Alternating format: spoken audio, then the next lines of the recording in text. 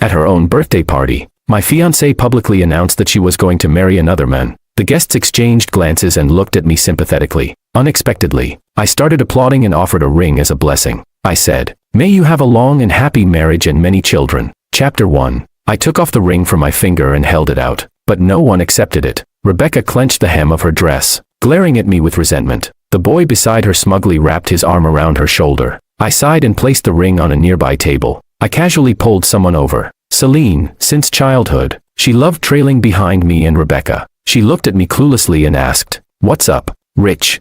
I asked her, "Have you been drinking?" She said, "No." I tossed her my car keys. "I've had too much. You drive, take me home." Got it. After just a few steps, Rebecca rushed over and grabbed me. "Richard, what do you mean by this?" I rubbed my temples and said, "Yesterday, due to an unexpected incident, we worked all night at the company. After the morning meeting, I went to the neighboring city. I only got back this afternoon and then went to get your gift. I originally just wanted to say happy birthday and leave." I glanced at my watch. "It's 8 o'clock now. I have another meeting at 10 and a flight to Paris at 6 tomorrow morning. Miss, I'm too tired to play games with you." Rebecca stood there, utterly bewildered. I was genuinely exhausted. My temples felt like they were being drilled into. Without saying more, I broke free from Rebecca's grasp and left. Celine drove me to my doorstep. As I got out, I handed her the birthday gift I had prepared for Rebecca, a car key. Rebecca had wanted this car for a long time. I went through a lot of trouble to buy it. Celine asked in surprise, "You're giving this to me?" I nodded and said, "Take the key and pick it up from the dealership yourself." "Thanks, bro." This time, her gratitude was heartfelt. "Bro, are you breaking up with Rebecca?" "Yes, I'm canceling the engagement. If anyone asks, you don't need to hide it." "Got it." Rebecca really overstepped this time. You should have taught her a lesson long ago. I smiled, waved her off, and went inside. After showering, I forced myself to stay awake to finish the meeting. As soon as it ended, I collapsed onto the bed without any delay. When my secretary opened the door to wake me the next morning, I was still in a daze. It felt like I hadn't slept at all. Just closed my eyes for a moment. My phone was full of unread messages and missed calls. Some were curiously asking what happened between me and Rebecca. Others were gossiping about whether I was breaking up with her. Some expressed concern about how I was doing. Most echoed Celine's sentiments, that I should indeed teach Rebecca a lesson. Everyone thought I was just using this opportunity to curb her spoiled behavior and that we'd reconcile afterward. After all, in their eyes, I was hopelessly in love with Rebecca, loving her to the point of losing all principles. Chapter 2. Rebecca was the girl I liked when my feelings first blossomed in high school. Back then, she was beautiful and flamboyant. Bright and dazzling, impossible to ignore. I was no exception, so I confessed to her, "Rebecca, will you be my girlfriend?" She looked at me with a hint of disdain and said, "Top student, I don't like goody-goodies."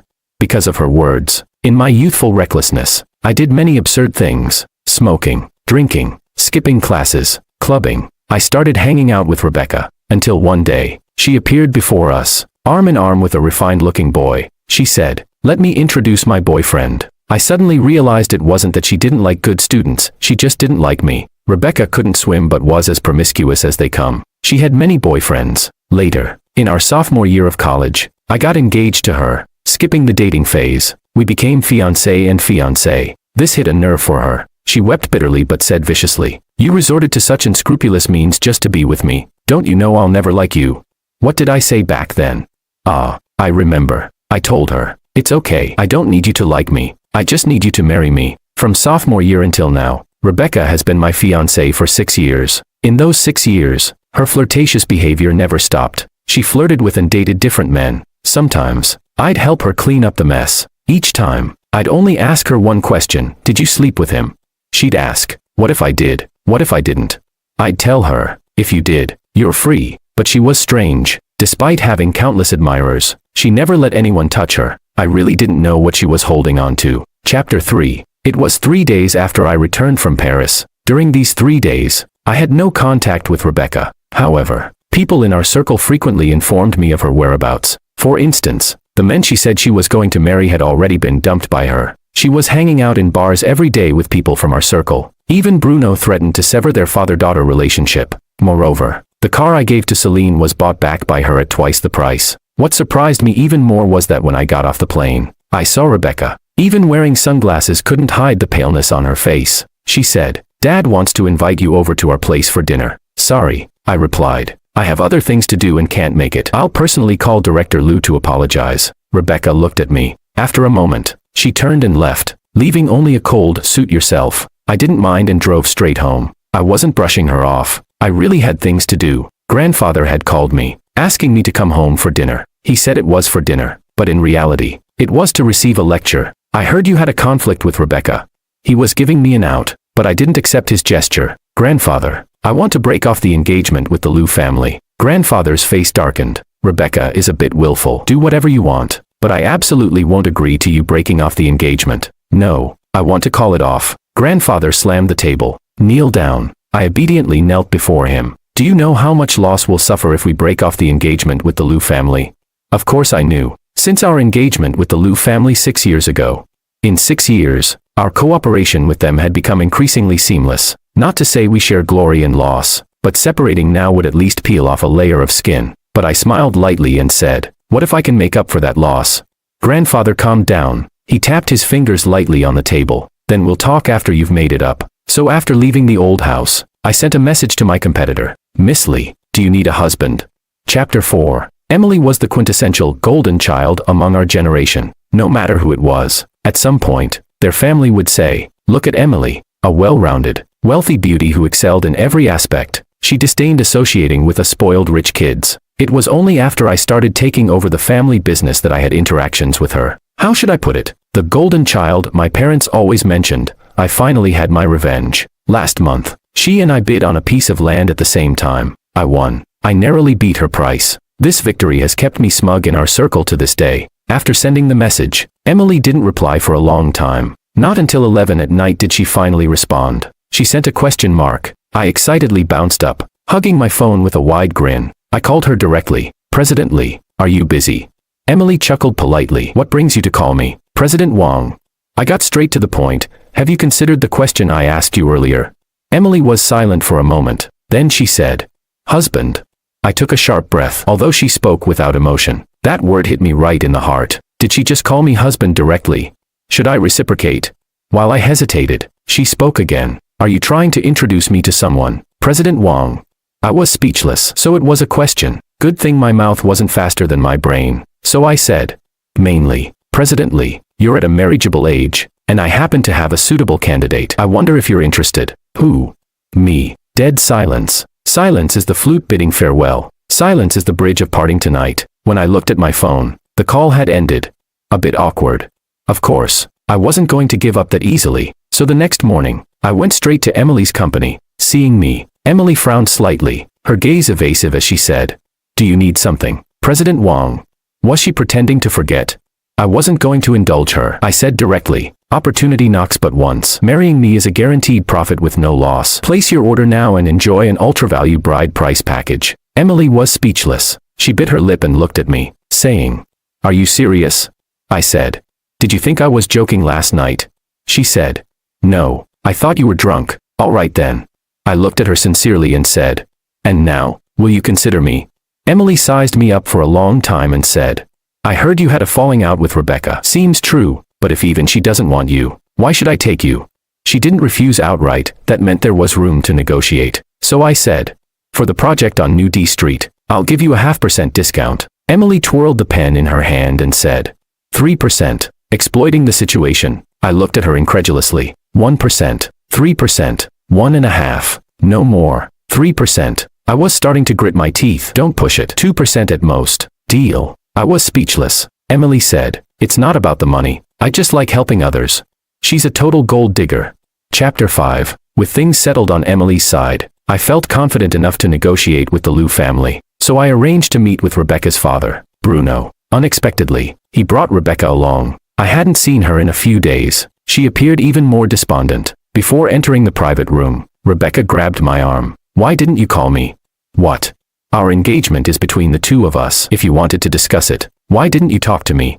I looked at Rebecca quietly. Sometimes, I really envied her. Even now, she's still so naive. I spoke. You're mistaken. Our engagement has never been just between the two of us. Rebecca stared blankly at me, her face pale. When we went in, Chairman Lou was already seated at the head of the table. We exchanged a few pleasantries. He said kindly, I know Rebecca made you angry. I brought her today. She's an immature girl. If you have any complaints, Feel free to speak up. Uncle won't be biased. I smiled and said, I took the liberty of inviting you out today to discuss the marriage between me and the Liu family. Chairman Liu, I intend to dissolve this engagement. The relaxed atmosphere instantly froze. Rebecca abruptly stood up. She said word by word, I disagree. Chairman Liu's face darkened. Sit down, you brat. Rebecca met her father's gaze and sneered. What's wrong? Deciding behind my back again. You forced me into the engagement against my will, and now you're canceling it against my will. What do I even mean to you?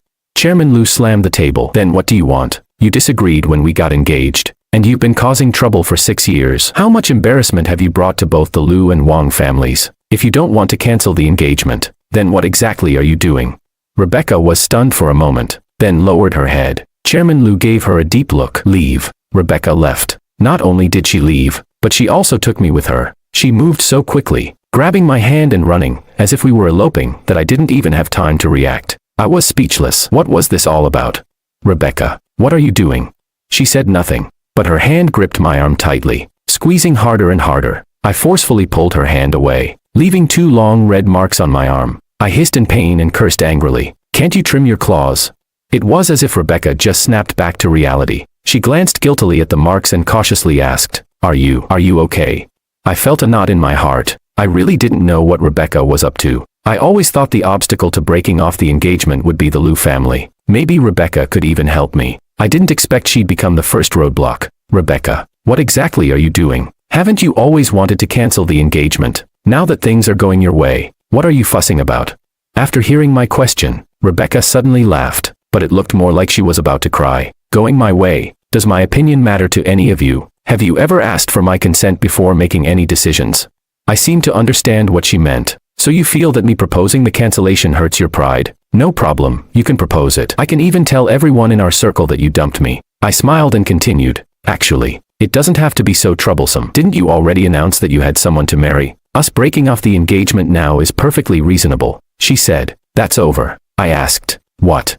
Rebecca looked at me and said, I never intended to marry anyone else. I was silent for a few seconds, but you'll eventually marry someone else. This was something I suddenly realized at her birthday party. 6 years, I was already tired, but Rebecca seemed to have endless energy, still causing trouble. The person at the party that day might not have been someone she truly wanted to marry, but sooner or later, she would get married. I'm not someone who likes to be passive, so I had to plan ahead and take the initiative. In the end, Rebecca and I parted on bad terms. She left with a resentful remark, Richard, this time it's not up to you. Chapter 6. Of course, it's not up to me. But it's not up to her either. This is something that needs to be negotiated. Before meeting Chairman Liu, I had already taken Emily to meet my grandfather. We had a meal together and chatted casually. We didn't say much. Those who understood.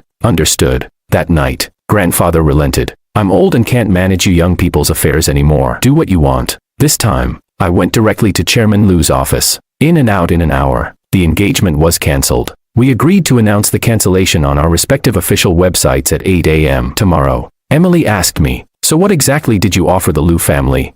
At this moment, Emily no longer had her daytime aloofness, looking at me with curiosity. After leaving the Liu Corporation, I had called Emily, wanting to invite her to dinner. She directly told me to come to her place. I was a bit hesitant at first, then I thought, since our relationship was about to change, it wouldn't hurt to test the waters in advance. Turns out I overthought it. She was just off today and didn't want to go out. She didn't have any particular hospitality. She just had Aunt Zhang cook 2 prepackaged meals and opened a bottle of wine, but it was quite relaxing. I said, you're overthinking. Am I someone who would swallow my pride?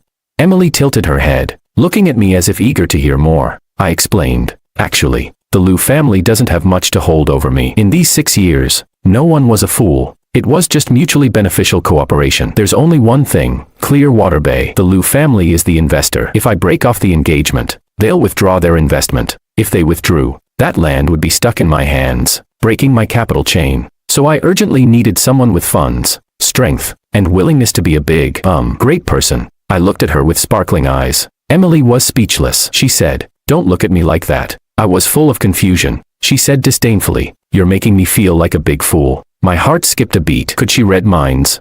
So I said, how could that be? You're my savior. Emily sneered silently, a look of disbelief on her face. So I teased, look, to repay your life-saving grace, I'm even offering myself to you. If you don't believe me, I can offer myself anytime.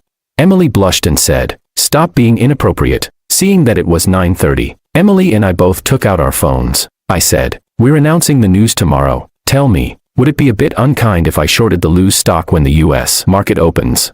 Emily let out a short laugh, ignoring me. I looked at her curiously. "What are you doing?" Seeing her phone screen, I hissed and said, "You're being unkind." Emily looked up and said, "Right back at you." I had a bad feeling. "Whose stocks did you buy?" Emily said, "Of course, the Liu family and the Wang family."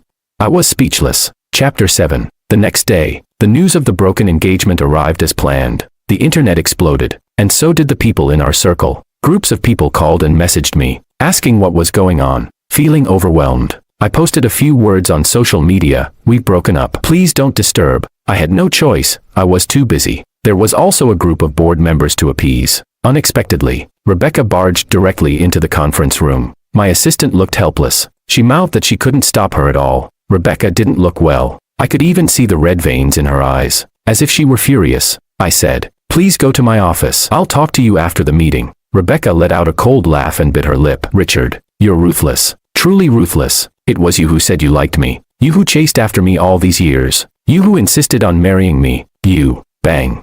I slammed a folder onto the table, cutting her off. "Elise, please continue the meeting." "Yes, Mr. Wang." I glanced at Rebecca and walked out of the conference room. She followed me into my office. She said, "Feeling embarrassed now, aren't you, Richard? You brought all this upon yourself. I never asked anything of you, never forced you. It's you who kept pushing me." I looked at Rebecca coldly. After she finished speaking, I replied, "Indeed, it's quite embarrassing, but it's not my reputation that's tarnished, it's your Liu family's." Rebecca glared at me intensely, as if she wanted to bore holes through me. I continued, "Rebecca, this isn't the first time you've trespassed into my conference room, but it will be the last. If it happens again, I'll have security escort you out." "Rebecca, we're all adults here. Adults have their own set of rules. Not every place is somewhere you can come and go as you please." Rebecca seemed to have suffered a huge blow. Her face instantly turned pale. She murmured, "You said you liked me, Richard. You can't do this." Seeing her like this, I felt a bit helpless. "Rebecca, can you get a grip?" "Yes, I said I liked you, but when was that?" "The first time I told her I liked her was in high school. The last time I told her I liked her was also in high school. We were 17 then. Now we're 26, almost 10 years have passed. In 10 years, my interests, tastes, and style have all changed drastically. I've long forgotten what it felt like to like you 10 years ago. Besides, does the fact that I liked you even matter to you?"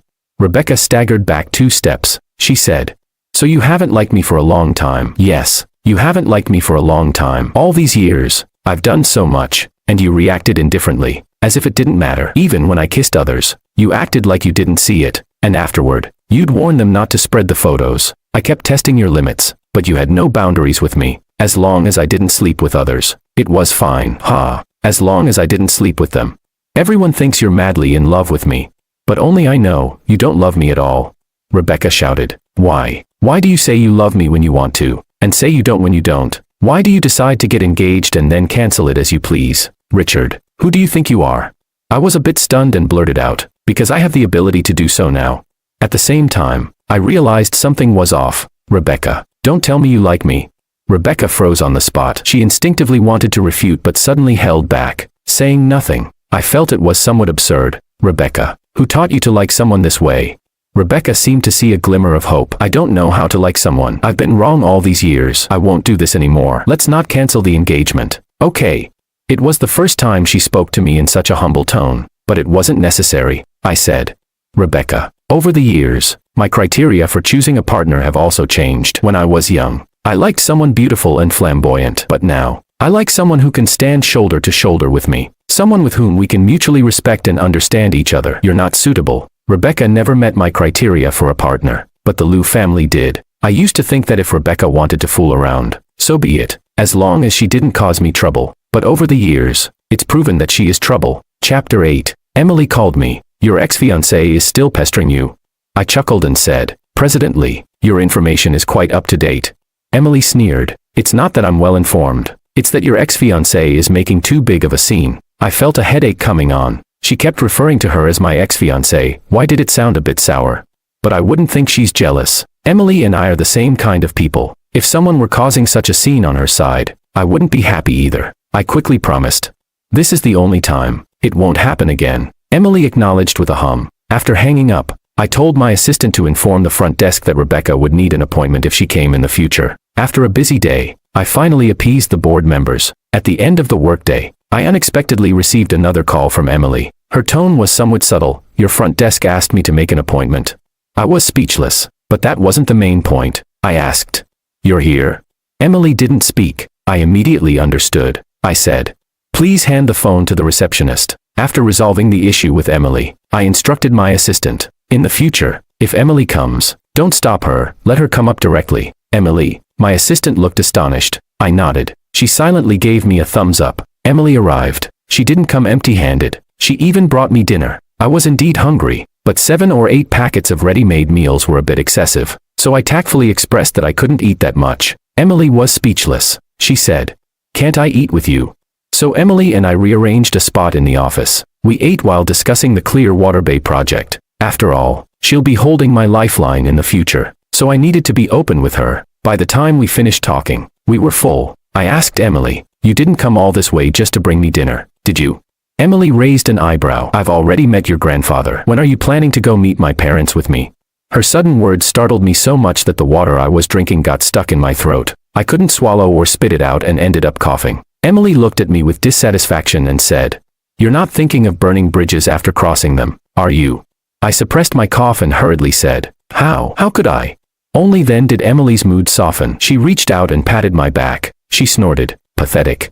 After a long while, I finally calmed down. I felt a bit helpless. I said to Emily, "To be honest, I don't have successful experience interacting with elders." I shook my head and didn't say more. My parents died early. I was raised by my grandfather. As for my grandfather, he's extremely profit-oriented. He groomed me solely as an heir. So our relationship has always been based on interests. If I harmed the interests, I'd get punished. Feelings didn't matter, it was all business. But Emily's parents are different, because the one with whom I have a vested interest is Emily, not her parents. For a moment, I felt a bit melancholic, but Emily didn't mind at all. What's there to experience? Just cater to their preferences. My dad loves tea, and my mom loves beauty. I took a deep breath. When?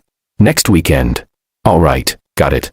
Emily frowned at me. "What's wrong?" I asked. She sighed helplessly. "Don't act like you're marching to your doom. My parents won't eat you. Besides, I'll help you smooth things over." Chapter 9. Being with Emily is very comfortable. She understands boundaries and knows when to advance or retreat, never making you feel offended. And since being with her, I've been making more and more money. Could you be my lucky charm? Emily laughed and said, "Your ability to attract wealth isn't bad either." Satisfied, I extended my hand. "Pleasure working with you." Emily cooperated and shook my hand. "Pleasure working with you."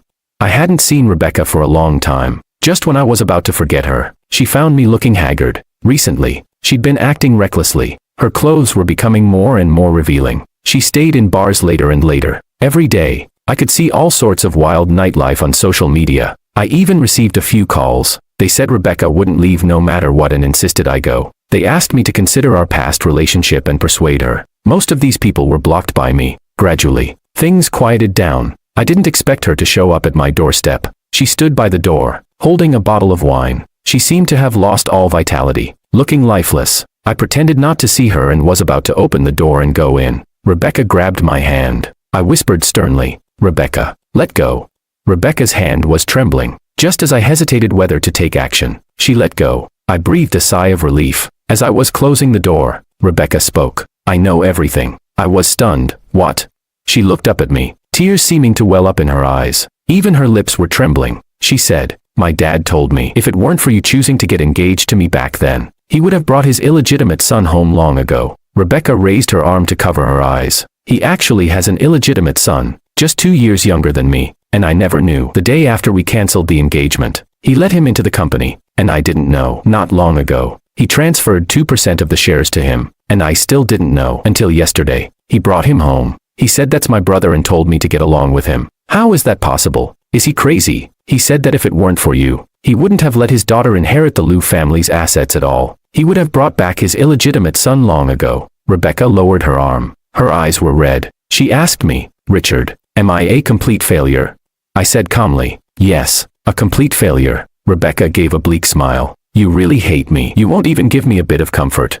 She was drunk. I didn't want to reason with her. Rebecca took 2 steps back and leaned against the wall. she murmured. I always seemed to be the one left behind. When I was young, I rebelled against him, went against him. I thought that as long as I didn't do what he said, I could make him uncomfortable. I thought indulging myself was a punishment for him, but he had already given up on me. And you, Rebecca looked at me, half crying, half laughing. I was still trying to find ways to make you value me more, but you haven't liked me for a long time. I'm the only one spinning in circles while you've all moved forward. You're all moving forward, and I'm the only one left behind. You've all abandoned me. None of you want me. No one waited for me. None of you waited. She kept repeating similar words, completely immersed in her own emotions. I called her best friend. Not long after, she arrived in a sports car. Looking at me, she sighed. What kind of ill-fated relationship do you two have?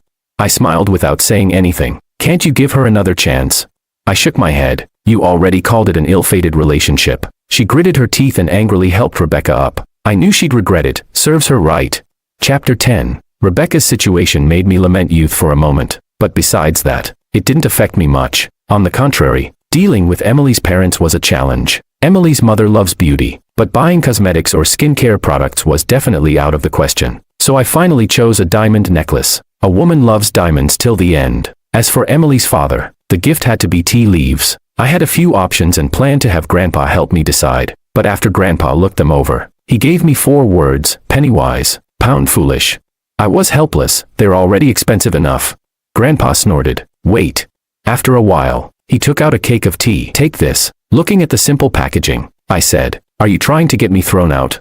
Grandpa rolled his eyes. Can't you recognize a treasure when you see one? This one is worth 10 of what you're holding. Really? Get out. In the end, I took it. After all, why not? Before I left, Grandpa reminded me, when you go to someone else's house, speak nicely. Listen when elders talk. Don't argue. I was quite speechless. I wanted to retort, when have I ever argued? But saying that would seem like arguing. In the end, I could only shut up aggrieved. Soon, it was the weekend. I had the driver take me to pick up Emily. On the way, I was like a mute. The air in the car was suffocatingly quiet. Suddenly, Emily held my hand. What are you doing? Giving you some warmth, in case you die of fright before we get there. If I say I'm not nervous, would you believe me? She shook her head. I didn't say anything. All right, maybe a little nervous. So I directly put my arm around her shoulders. I said, this is what warmth feels like. She asked, are you sure you're not taking the opportunity to take advantage of me? I sneered, aren't I supposed to? She pursed her lips and nodded. The atmosphere at the Lee family was more harmonious than I expected. Emily's father cooked. The food was delicious. Emily's mother seemed only responsible for being beautiful, but she was indeed stunning, after all. She used to be an actress. They liked my gifts very much, especially Emily's mother, who put on the necklace immediately. It's just that the direction of the conversation afterward was a bit puzzling. Emily's father asked, when are you planning to get married? Emily looked at me. When are you planning to marry me? I really wanted to scold her. Was she trying to throw me under the bus? So I said, I can do it anytime. It's up to Emily. I'll follow her lead on this. Emily looked at me. I raised my eyebrows at her. She then said, my idea is to get the marriage certificate at the end of the month and hold the wedding at the end of the year. I was dumbfounded. Emily's mother was very happy, excitedly discussing wedding plans with us. I felt confused until we left. Sure enough, talking about money is easier. As I was leaving, she said seriously, let me know when you've made up your mind. Made up my mind about what? Get the marriage certificate at the end of the month, wedding at the end of the year. Emily said, in business, we need to add some insurance to our cooperation. Isn't marriage a natural thing? Lying in bed that night, I began to think about marriage. I weighed the pros and cons, analyzed gains and losses, and found myself in a dilemma. But after drinking a glass of water, I suddenly had an epiphany. Emily seemed to have given me a false proposition. I originally intended to marry her. Does it matter whether it's sooner or later? Obviously not. So I sent her a message. Emily, I've thought it over. Emily replied with a question mark. I ignored her and went straight to sleep. The next day, I told her, let's get married. Emily looked at me speechlessly and asked, are you sure? I was puzzled. Weren't we originally planning to get married? After saying that, I immediately signed a check for $200 million and handed it to her. Emily nodded, sincerely saying, impressive as always, Mr. Wang. It wasn't until years later, after our daughter was born, that Emily told me. Back then, I thought you'd give me a romantic proposal, but no. Impressive as always, Mr. Wang just handed me a check, no frills. So you agreed? Yes, making money is nothing to be ashamed of. Chapter 11. Emily and I scheduled our marriage registration for 3 days later. because on that day, Emily would officially invest in Clearwater Bay. Then, when we announce our marriage certificate, it would be a win-win. Today, someone from the Liu family was coming over to discuss our future collaboration. What I didn't expect was that the person who came was Rebecca. Surprised for 2 seconds, I quickly stood up to shake her hand. President Liu, pleasure to meet you. Rebecca looked at me, gripping my hand tightly for several seconds before letting go. She said, President Wang, pleasure to meet you. Without much small talk, we got straight to the point. What surprised me was that Rebecca didn't take the opportunity to propose any conditions. All the contracts were in accordance with the previous agreements. She said, rest assured, President Wang, our personal matters won't affect the collaboration between our families. I wasn't sure if Rebecca had done something behind the scenes, but it didn't matter. After all, only a fool wouldn't take advantage of a good deal. So we happily signed the contracts. President Wang, would you like to have a meal together? I nodded and said, of course. Since Rebecca decided to get involved in the company's affairs, we'd have plenty of opportunities to interact in the future. After all, it's wise to leave room for future encounters. Rebecca chose a place I often visited, though it was my first time going there with her. She ordered dishes that I mostly liked, but I pretended not to notice. I raised my glass. Thank you for your hospitality today, President Liu. I hope we have pleasant cooperation in the future. Rebecca looked at me with a bitter smile. Do we need to be so distant? Now that we're no longer engaged, can't we at least be friends? The more friends, the better. I put down my glass and said, of course we can. Rebecca was stunned. Her expression didn't look good. Do you really have no feelings for me at all? I felt a headache coming on. Having been through so many relationships, how did I not notice she was a hopeless romantic? Rebecca, since you're joining the company, focus on your work. Don't think about unnecessary things. Rebecca stared at me without blinking. If I do well, can you give me another chance? I was a bit puzzled. What chance? Rebecca said, Richard, I won't give up on you. I felt conflicted. How should I tactfully tell her that I'm about to get married? Rebecca, you can do anything you want, but not for me. I'm not responsible for someone else's life choices, she said. So all these years, you've never advised me. Whatever I wanted to do was my own business and had nothing to do with you. Once I did something that crossed your bottom line, you'd kick me away, right? Rebecca's emotions became agitated. I looked at her and said, so, are you blaming me? Rebecca's eyes showed panic. She said, that's not what I meant. I rubbed my temples. Rebecca, I've carved my own path through hard work and setbacks. I can't even be sure that the road I'm on is the right one. Why should I plan your life for you? Again, you can do anything you want, but don't involve me. I'm not responsible for your life choices. I got up to leave. Rebecca reached out to stop me. At that moment, the door of the private room was pushed open. Emily walked in. I heard from the manager that you were here. I stepped forward and put my arm around her shoulder, saying, let me introduce you. This is Emily, my wife. Ignoring Rebecca's pale face after her stunned reaction, I pulled Emily away. What? Using me? What? Aren't you? Am I? Has the law recognized it? Then can I exercise my husband's rights in advance? Emily chuckled softly and held my hand. Of course you can, hubby. Chapter 12. It seemed I had greatly upset Rebecca. She grabbed me regardless of the occasion. Don't do this, Richard. Don't treat me like this. You're lying to me, right? You're taking revenge on me, aren't you? Her eyes were full of pleading as she looked at me. Before I could react, Emily directly slapped her and said, Miss Liu, please have some self-respect. Rebecca covered her face. Her eyes filled with rage. She growled, get lost. Give Richard back to me. Emily smiled slightly and said, Miss Liu, you and Richard have already cancelled your engagement. She shouted, this is between Richard and me. It has nothing to do with you.